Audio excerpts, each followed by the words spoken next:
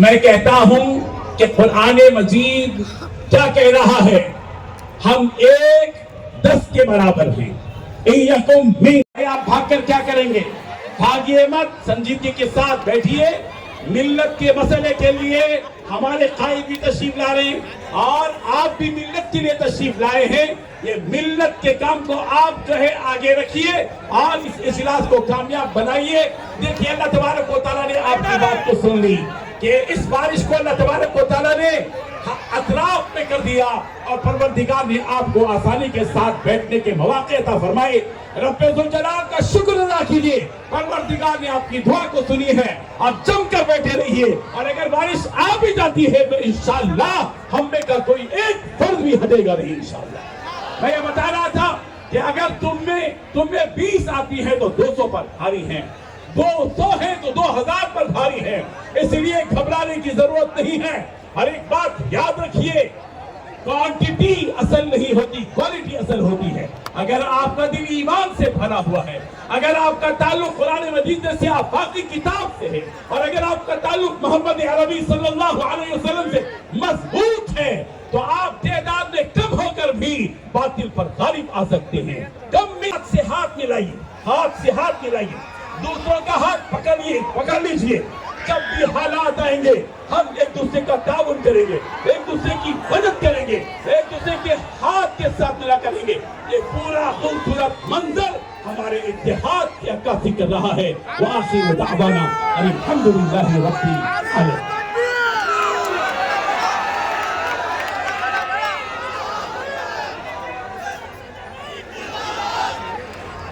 बैठ जाइए, जज़ाकल्लाह खैर। इसके बाद में शहर हैदराबाद से तशरीफ लाए हमारे मुअज़्ज़ज़ मेहमान।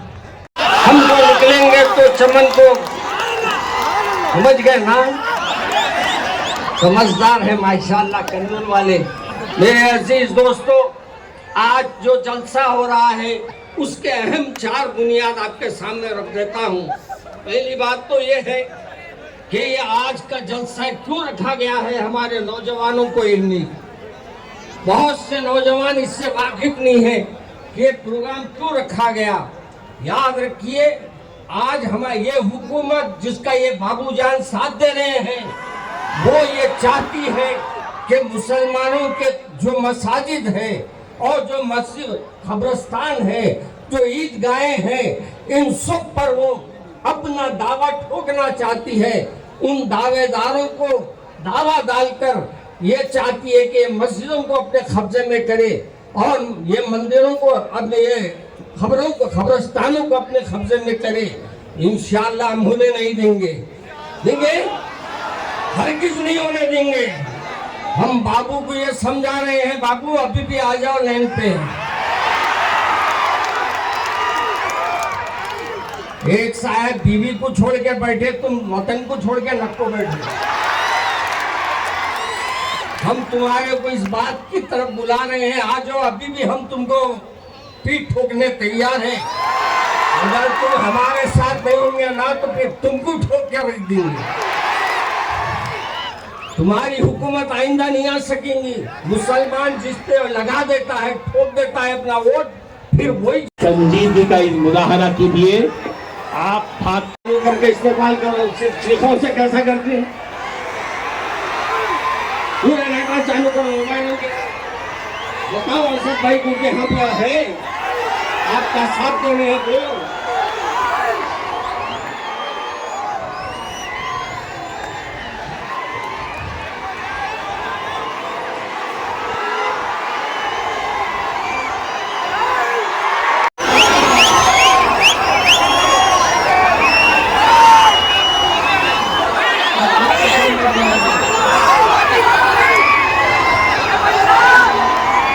पूरे नेटवर्क खोल के इस्तेमाल करो। आवाज आ नहीं, नेटा होना सिर्फ हमारे को। आवाजों में दम नहीं है तुम्हारे, नहीं तो मैं बताओ। चलो बैठो, बैठ जाओ। बस वो जोश बता लिए, जहाँ बताना है वहाँ बताओ। आप बाबू को बताना है अपने को। अब उन बेटे को आगे ला रही, अगर ऐसे हरकत करे तो उनका बेटा आगे आता है। उसको आगे ला सकते हो बोलूँगा, नहीं लाएंगे ना। ये आवाज उनको पहचानने दो, ये बता दो उनको कि बाबू साहब हमारे दम से है आप, हम वोट देते हैं तो आप जीतते हैं, अगर हम वोट नहीं डालते हैं तो आप कहीं के भी नहीं रहते। आपको तेलंगाना से भगाए, आप आंध्रा में आ गए, अब यहाँ से जाके अपना कहीं भी और दूसरी तरफ गुजारा नहीं है आपका। तो मेरे अजीज दोस्तों, मैं अर्ज कर रहा था, इधर सीधा बैठ जाओ, मैं आपसे अर्ज कर रहा था, ये कब्रिस्तानों को, अपने मसाजिद को और अपने ईदगाहों को ये चाहते हैं कि अपने कब्जे में ले ले और मुसलमानों में एक इंतशार पैदा कर दे। मगर हम ये चाहते हैं कि यहाँ के चीफ मिनिस्टर हमारे बाबू साहब जो है वो ये बिल के ऊपर जो उन्होंने तायीद की है, हम उनसे अपील करते हैं कि वो इसकी मजम्मत करें। तैयार है ना आप लोग? अभी बाबू तक आवाज जाना नहीं? हाँ, हम सब एक होके लड़ेंगे इंशाल्लाह। याद रखो, ये बिखरे हुए हाथों से कोई काम होने वाला नहीं है। जब ये बन जाती है तो एक मुट्ठी बन जाती है। हाँ, आज हम भी एक होने का वक्त आ गया है, हम भी एक होकर काम करेंगे इंशाल्लाह। ऐसे आने वाले कई बिल हम उसको नजरअंदाज करेंगे और हुकूमत से कह देंगे कि हम इस बिल को मानने के लिए तैयार नहीं है ना? चलिए, अल्लाह मुझे और आपको मदद करे।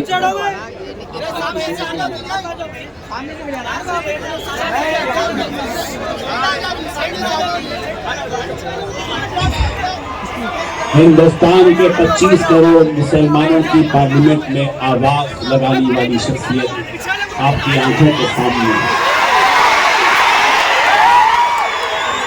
आपने उनका भरपूर इस्तकबाल किया है। आपके इस्तकबाल की नौयत पर हम आपका इस्तकबाल करते हैं। बहुत अच्छा जलसे को लेकर चल रहे हैं आप। आपने माशाल्लाह मिल्लत के लिए अपनी जज्बात को लेकर आपने यहाँ खड़े होकर बताया है कि हम सब के सब मुत्तहिद हैं इंशाअल्लाह। मैं इस वक्त ये आवाज दे रहा हूँ जनाब मोहतरम मतीनुद्दीन कादरी साहब को, रुकन ऑल इंडिया मुस्लिम महिला बोर्ड को, कि तशरीफ लाएं और अपना पैगाम दें।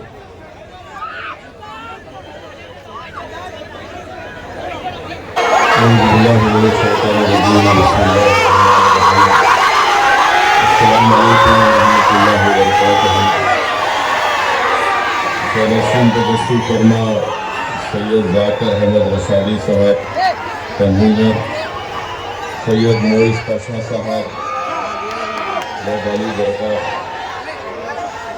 मुफ्ती मंसूर साहब, मौलाना मुर्तजा साहब, मौलाना मोहम्मद शोएब साहब, मौलाना नूर मोहम्मद साहब, जनाब दादा पाशा साहब, मौलाना जबीउल्लाह साहब, मौलाना अतर पाशा कादरी साहब, जनाब मुनीर अहमद जमात इस्लामी के नुमाइंदे हैं, साबिक़ रकन असम्बली अब्दुल लतीफ़ खान साहब, मुफ्ती ज़ुबैर अहमद साहब, प्रोफेसर मतीन कादरी साहब, मौलाना गयास अहमद रशादी साहब, मौलाना इसाक़ साहब, मौजूद हाज़रीन इकराम, क्योंकि 9 मिनट बाकी है और मैं मुख्तसर से वक्त में मैं अपनी पूरी बात तो रख नहीं पाऊँगा, मगर वक्त का 9:30 बजे जलसे को ख़त्म करना है।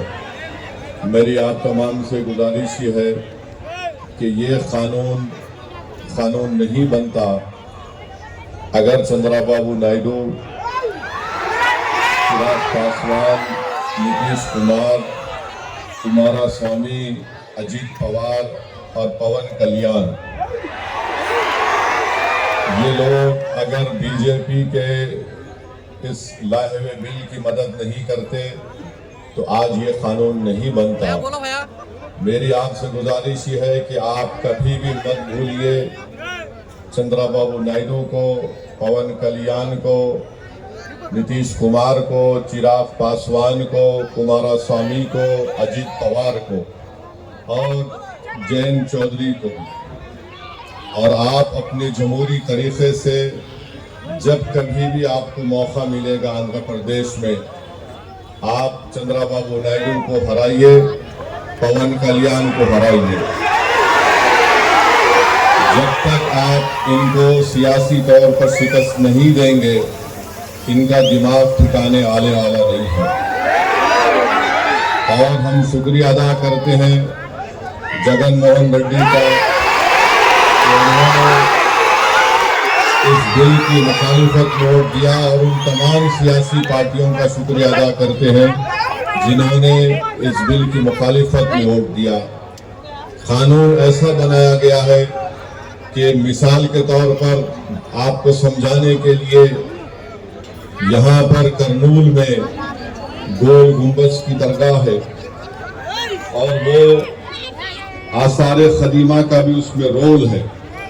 अब जब से ये कानून बन चुका है, वक्फ बोर्ड उसका मालिक नहीं है, ASI उसका मालिक बन चुका है। हम चंद्रबाबू नायडू से पूछना चाह रहे हैं कि आपने कितना झूठ बोला आंध्र प्रदेश की आवाम को कि कुछ नहीं होगा।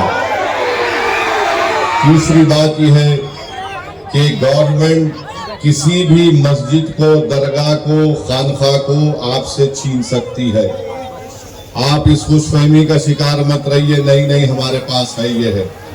गवर्नमेंट कुछ भी सेक्शन 3C उठाकर पढ़ लीजिए आप, और फिर इसमें ऐसा कानून बनाया गया कि लिमिटेशन का कानून लागू कर दिया गया। अगर कोई 20 साल से 12 साल से 20 साल से वक्फ की जायदाद पर काबिज है तो चंद्रबाबू नायडू उसको मालिक बना रहे। हम चंद्रबाबू नायडू से पूछना चाह रहे हैं, आपकी एक तरकारी की दुकान है हेरिटेज के नाम से, अगर वहां पर कोई 20 साल से कब्जा करके बैठ गया तो मेरी हो जाती, आपकी रहती। आप लिमिटेशन का कानून उस पर लागू कर दिए। RSS यही चाहती है कि इस मुल्क में उनके पास एक लिस्ट है उन मस्जिदों की, दरगाहों की, खानकाहों की, वो उसको हासिल करना चाहते हैं। और चंद्रबाबू नायडू और पवन कल्याण ने RSS के एजेंडे को सामने बढ़ाया है और RSS को इस मुल्क के सेकुलरिज्म को खत्म करने के लिए, इस मुल्क के आइन को, कॉन्स्टिट्यूशन को कमजोर करने के लिए चंद्रबाबू नायडू ने बीजेपी का साथ दिया। आंध्र प्रदेश में यकीनन तरक्की होनी चाहिए, मगर चंद्रबाबू नायडू आंध्र प्रदेश की आवाम को झूठ बोल रहे हैं। मैं अमरावती के लिए कर रहा हूँ। चंद्रबाबू नायडू अमरावती के लिए नहीं कर रहे हैं, सिर्फ अपने खानदान और दोस्तों के लिए आंध्र प्रदेश की बलि लगा दिए दिल्ली में। कोई अमरावती का काम क्या हो रहा है बताओ आप। मगर अल्लाह का करम है कि हम देख रहे हैं कि इतने कम अरसे में 2024 में इलेक्शन हुआ, आंध्र प्रदेश की आवाम में अभी से चंद्रबाबू नायडू के खिलाफ गुस्सा पैदा हो चुका है। और मुझे यकीन है कि इंशाअल्लाह ताला ये गुस्सा और बढ़ेगा और चंद्रबाबू नायडू को इलेक्शन, जब कभी भी लोकल बॉडी के इलेक्शन होंगे या अगर कुछ भी इलेक्शन हो, मेरी आपसे गुजारिश है कि आप इसका मौसर जवाब दीजिए। हमारे जो भाई तेलुगु देशम पार्टी में बैठे हुए हैं, अगर नायडू आपकी बात को नहीं सुनता, आप निकल जाओ पार्टी छोड़ के, पार्टी को। आप कुछ नहीं कर सकते। देखो ये कानून मस्जिद को छीनने के लिए बनाया गया, ये कानून दरगाहों को छीनने के लिए बनाया गया, ये कानून खानकाहों को, कब्रिस्तानों को छीनने के लिए बनाया गया है। जब तुम्हारी और मेरी पहचान मस्जिद से है, इख्तलाफ हो सकता है, मैं आप कोई दूसरी पार्टी में होंगे, मगर जब बात शरीयत की, मस्जिद की आती है, तो मैं आपसे अपील कर रहा हूं कि आप बेखौफ होकर TDP को छोड़ दीजिए और पैगाम दीजिए कि आप कभी भी संविधान पर, कॉन्स्टिट्यूशन पर, शरीयत पर, मस्जिद पर कोई कॉम्प्रोमाइज नहीं करेंगे। मेरे भाई, मैं आपको बता रहा हूं कि चंद्रबाबू नायडू की तायद से क्या हो रहा है। मुजफ्फरनगर में यात्रा शुरू होती है, वहां पर संघ परिवार के लोग चले गए दुकान पर, जाकर कहा कि तुम्हारे पास नाम क्या है। उसने कहा नाम से क्या मतलब। उसका आधार कार्ड पूछे, आधार कार्ड नहीं था। उससे कहा कि तुम्हारी दुकान का नाम ये क्यों है। उसने कहा मैं, मेरी मर्जी है। तो उससे कहा तुम्हारा पैंट खोल के दिखाओ हमको। मैंने ये हुआ है, मजाक की बात नहीं है। फिर बाद में उस शख्स ने कहा कि मैं पैंट नहीं खोलूंगा, तो उसको गाली गलौज की गई। बाद में मालूम हुआ कि जिसको गुस्सा कर रहे थे, गाली दे रहे थे, उसका नाम गोपाल है। अब बात आइए, आप इस मुल्क में इस तरह का नफरत फैलाई जा रही है मुजफ्फरनगर में, और चंद्रबाबू नायडू खामोश बैठे हैं। चंद्रबाबू नायडू से हम पूछना चाह रहे हैं, दत्तात्रेय होसोबोले ने कहा कि संविधान में से सेकुलर और सोशलिज्म के वर्ड को निकालना चाहिए। क्या चंद्रबाबू नायडू उस पर राजी हैं? अगर राजी नहीं है तो चंद्रबाबू नायडू को पब्लिकली कंडेम करना चाहिए दत्तात्रेय होसोबोले के बयान को, कि बेसिक स्ट्रक्चर का हिस्सा है हमारे संविधान का। आप देख लीजिए आर्टिकल 9 क्या है, आर्टिकल 15, 16, 25, 26, 27, 29 क्या है ये। और फिर वोटर लिस्ट में नाम को भी मजहब के नाम पर से नहीं निकाला जा सकता। आज चंद्रबाबू नायडू उसकी भी तायीद कर रहे हैं। मैं आपके सामने बता रहा हूं आखिरी बात, महाराष्ट्र में बीजेपी की सरकार है। नायडू जाकर फडणवीस से बड़े गले मिले, पप्पियां लिए थे उसको। वहां पर क्या हुआ, वहां पर मीरा रोड में, नया नगर में 7 बंगाली को पकड़ लिया गया। एक का नाम महबूब और शमीम खान था, कंस्ट्रक्शन वर्कर थे, थाना डिस्ट्रिक्ट में पकड़ लिए। उसके बाद और 3 को पकड़ लिए। उसके बाद मियां बीवी को पकड़ लिए, फजल, मदल और तस्लीमा को। इनको पुलिस ने इनका आधार कार्ड देखा, बोले कि नहीं तुम बांग्लादेश के। उसने कहा मुर्शिदाबाद का हूं, बोले नहीं। फोन निकाला, फोन फेंक दिए। उसने पैन कार्ड दिया, पैन कार्ड फेंक दिए। इन 7-8 हमारे बंगाली मुसलमानों को जो हमारे देश के हैं, उनको बिठाकर बंगाल पहुंचाकर बीएसएफ के हवाले करके, बीएसएफ वालों ने उनको खूब पीटा और उनको ले जाकर ढकल कर बंदूक की नोक पर भारत के बॉर्डर से निकालकर बांग्लादेश के बॉर्डर में फेंक दिया। ये हो रहा है चंद्रबाबू नायडू। आपको अपनी कुर्सी की पड़ी है, हमको हमारे देश से बंगाली जबान बोलते थे। एक शख्स ने कहा कि मेरे पास 5-8 हजार रुपए थे, बीएसएफ के लोगों ने 7,500 रुपए छीन लिए मुझसे, बांग्लादेश में ढकेल दिया उनको। फिर बंगाल की पुलिस ने पूरा भिजाया, कागजात भिजाए कि यहाँ के रहने वाले 3 बॉर्डर है, उत्तर दिनाजपुर, कोच बिहार से ढकल दिए 7 के 7 लोगों को। बताइए क्या हो रहा है हमारे देश में। अरे अगर आपको महाराष्ट्र में बंगाली बोलने वाले बांग्लादेशी नजर आ रहे हैं, मैं नरेंद्र मोदी से ये कह रहा हूं, भारत के वजीर आजम से, अगर आप जबान को देखकर ऐसा कर रहे हैं तो क्या आप में इतनी हिम्मत नहीं है कि वो 4 जालिम लोग जो 26 हमारे हिंदू भाइयों को पहलगाम में गोली मारे, वो कहां छुप गए? निकालो उन जालिमों को मोदी। आप सिर्फ बंगाली जबान बोल रहे हैं। उनका एयरपोर्ट पे, पूना एयरपोर्ट पे उनका आधार कार्ड फाड़ दिए। बेचारे का 25,000 का स्मार्टफोन रख लिए हजरत पुलिस। आप बताइए क्या हो रहा है हमारे देश में। बहरहाल क्योंकि वक्त हो चुका है, मेरी आपसे गुजारिश है कि आप तमाम लोग मिलकर तेलुगु देशम को सबक सिखाएंगे। नहीं सिखाएंगे आप पवन कल्याण को बताएंगे कि सुपरस्टार आप है। अब बहुत हो गया है ड्रामाबाजी, एक्टिंग। तुम संविधान को धोखा दिए। मैंने अधोनी में कहा था, चंद्रबाबू नायडू ने संविधान को भी धोखा दिया, आंध्र प्रदेश की जनता को भी धोखा दिया, और चंद्रबाबू नायडू ने लोकेश को हमेशा के लिए ये कर दिया। आप जानते ना इस बात को।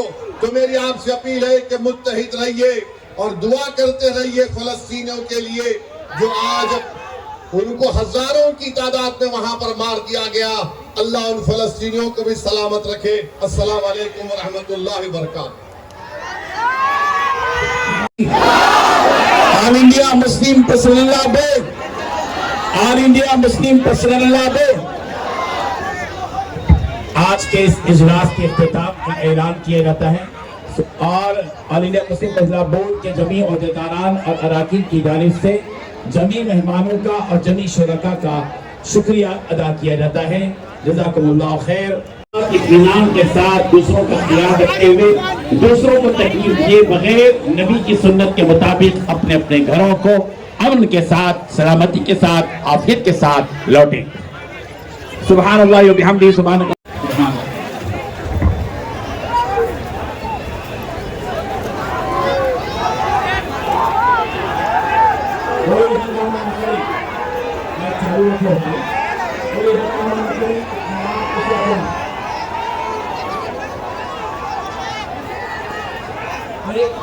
जितने भी वॉलंटियर्स हैं और जितने भी ट्रैफिक के ये सब ग्राउंड में आकर और जितने भी नौजवान साथियां हैं सारे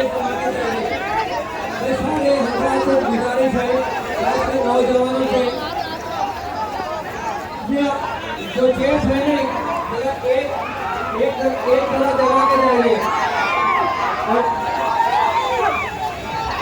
और लेफ्ट साइड खवातीन लेफ्ट साइड है, जरा खवातीन के लिए उनका एहतराम करिए। लेफ्ट साइड में खवातीन है, जरा लेडीज के लिए थोड़ी जगह दिए और वॉलंटियर्स जल्द से जल्द लेडीज के पास पहुंचे और लेडीज वॉलंटियर भी उधर रोज ब्लॉक करके रखिए। खवातीन को जरा एक्शन करके